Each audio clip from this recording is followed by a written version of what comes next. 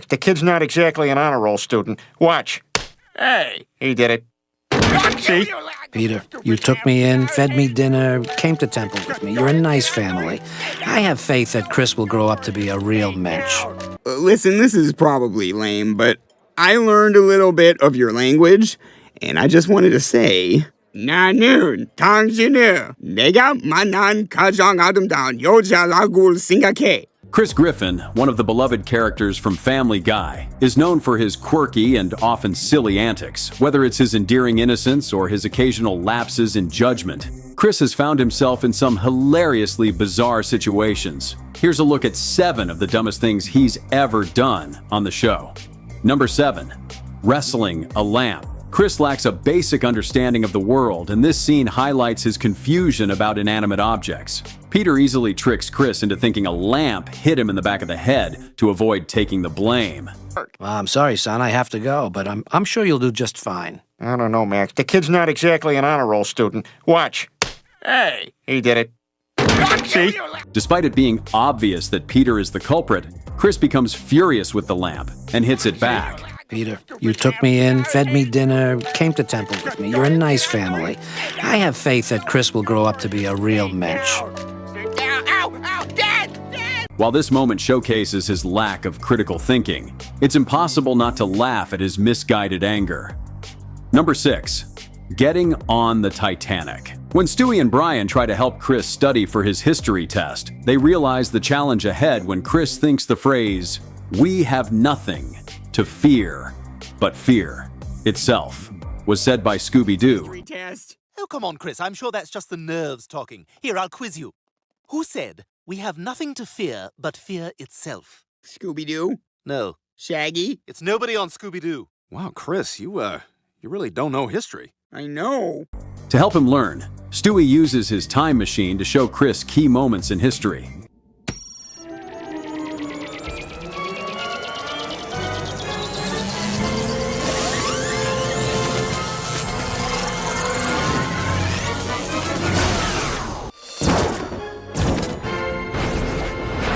All right, Chris, I reviewed your textbook and I've programmed a tour of the various historical events that you'll need to know for your exam. However, the lessons still don't stick. All right, Chris, let's discuss what you've learned so far. Now, what is your biggest takeaway from our travels? That you can't take a good nap with keys in your pocket. For God's sake, Chris, you clearly have not paid attention to anything we've shown you. At one point, Chris runs away and boards the Titanic, completely unaware of its impending doom. If I'm such a moron, then how did I get on a fancy boat? See you later, douchebags! Oh, crap. Chris is on the Titanic? Eventually, Stewie and Brian save him and inadvertently alter the future enough that Chris avoids his test altogether. No, you were right. You're the smart one in the family, and I'm the dumb one. Now, you're being too hard on yourself. Look, you may not be book smart or history smart, but you're throw people off the boat smart. And frankly, I'm starting to think that's the best kind to be. This episode proves that accepting Chris's weaknesses might just be easier than trying to fix them. Number 5. Forgetting his own name. It's clear that Chris doesn't grasp a lot of concepts, but we assumed he at least knew his own name. When Peter starts taking business trips and adopts a more refined persona, Chris is confused by the sudden changes, including the replacement of their TV with a bookcase. Mom, Dad, the TV's broken! Actually, Chris, I got rid of our television. This is our new bookshelf, and I think you'll find it has more channels than any TV we've ever owned. The most hilariously stupid moment comes when Peter returns home, and Chris, while talking to him, admits he doesn't know the word Chris. Your father has returned. Dad! Peter! How were all your business trips? Oh, exemplary, Chris. I don't understand what either of those words mean. One of them was Chris. Even Stewie is left speechless by his brother's shocking lack of self-awareness. Number 4. Confusing Korean for Spanish. Chris meets Isabella, a Mexican girl, at a water park after accidentally snagging her bikini top in his shorts. Thank you so much. I'm Isabella. I'm Chris. Listen, my aunt is waiting for me, but it was nice to meet you, Chris. You too. Enjoy the boobs of your morning. Afternoon. Despite the awkward encounter, they hit it off. To impress her, Chris attempts to speak her language, mistakenly believing it to be Korean. Listen, this is probably lame, but I learned a little bit of your language, and I just wanted to say, 나는 당신을 내가 만난 가장 아름다운 여자라고 생각해. Isabella corrects him, revealing she's Mexican. Later, when Isabella is deported to Mexico, Chris travels there to find her. Chris, are you sure this is Isabella's village? This place looks pretty rough. Yeah, this is it. Santa Terrible. Look, there she is! But the language mishap remains a hilarious reminder of his cluelessness. However, credit must be given to Chris for learning some Korean and for managing to win over someone as wonderful as Isabella. No, my babies! Get out of here! You leave them alone! Chris!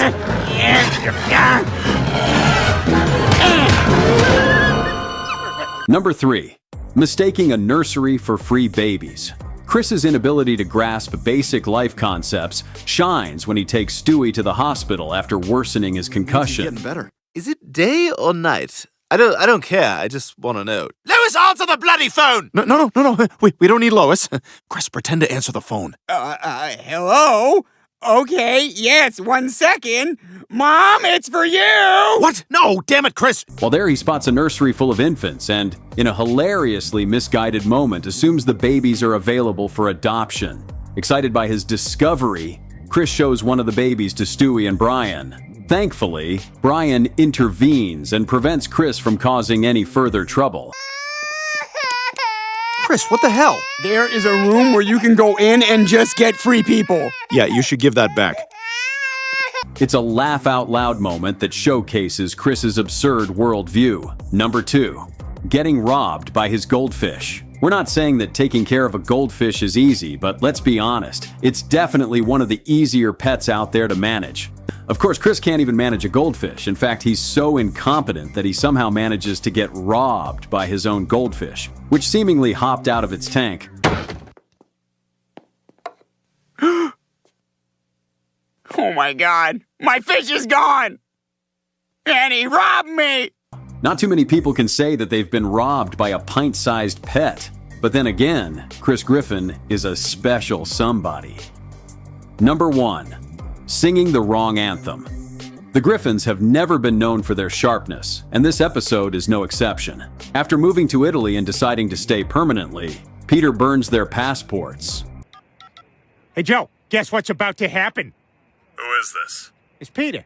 That's impossible. Peter died 6 hours ago. We can't go back.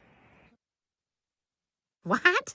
Peter, but we've built a life back in Quahog. Yeah, but you were right, Lois. We were stagnating back home. Let's start a new life right here in Italy.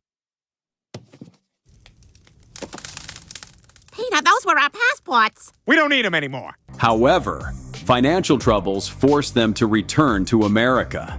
To prove they're still American citizens, they're asked to sing the Star-Spangled Banner. Now, if you will, please sing the national anthem of the United States. Oh, say, can you see by the dawn's... While the rest of the family manages to perform it, Chris belts out Whitney Houston's iconic I Will Always Love You instead. I will always love you. While technically wrong, his choice feels oddly fitting and hilariously on brand for Chris. Thanks for watching. Don't forget to like and subscribe to our channel for more Family Guy content.